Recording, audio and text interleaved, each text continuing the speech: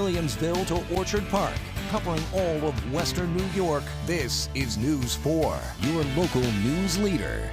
Well, New York State enacted controversial clean energy legislation that's been under fire for being too much too soon. It was supposed to take effect in the new year, but Governor Kathy Hochul has delayed the All-Electric Buildings Act.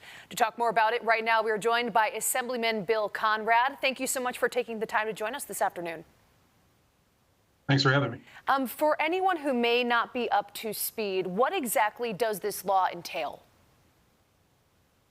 Well, the law, which was put in the budget in 2023, put together basically a plan for electrification of new buildings. And any building that was 7 stories or lower was supposed to be implemented by this year. And then by 2030, all buildings were to be included. And we know that one of the big exceptions. Right, there were some exceptions for, I believe, restaurants, some other exceptions as well. But this bill really did cause a lot of controversy because of the ban on gas stoves. And we understand from learning from the governor's office that they are monitoring the courts on all this. This is a piece of legislation that's stuck in the courts. Is that something that you're monitoring as well, that particular court case? Yes, I am.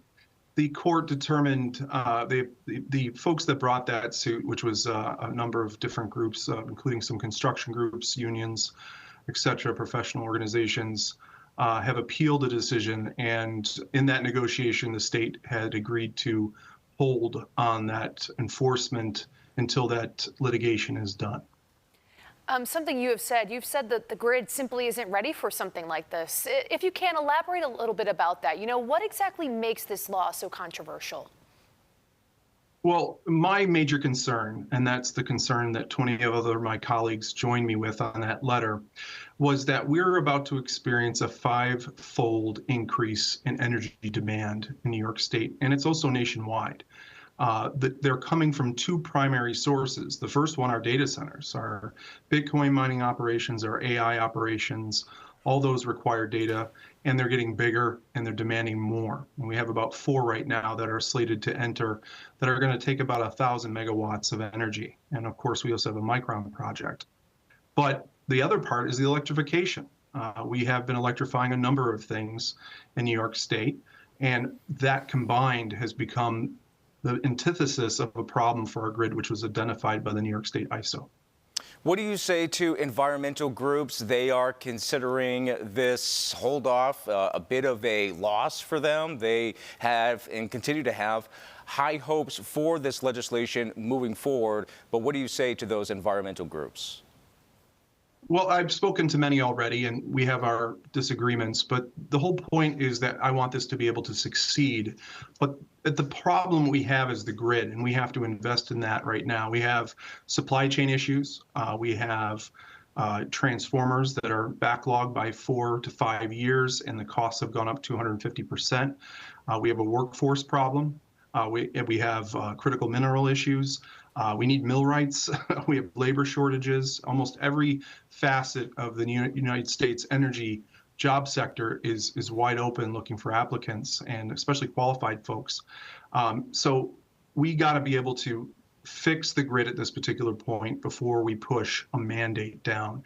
It's not a one-size-fits-all state, and it's a major concern. I've heard from many different developers, but one of the most impactful that I heard from was a disabled, low-income, moderate, non-for-profit that had built a 42-unit heat pump system in Buffalo, and their bills were, according to their initial estimates, supposed to be about $3,600 a month.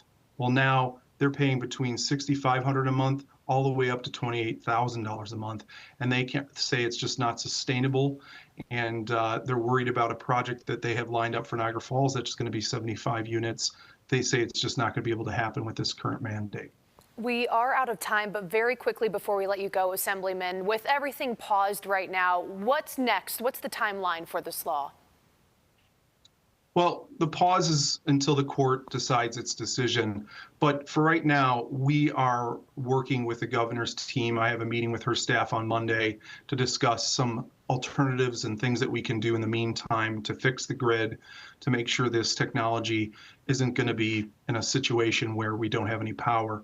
Again, we're a manufacturing hub here in Western New York, and we have a lot of jobs and homes that rely on this electricity, and our peaks are changing. They're no longer just in the summer, we're now experiencing them in the winter, and we got to be able to be prepared that's resilient, and affordability has got to be a key thing, and I know the governor agrees with me on that. All right, Assemblymember Bill Conrad, thank you for the time as always. Thank you.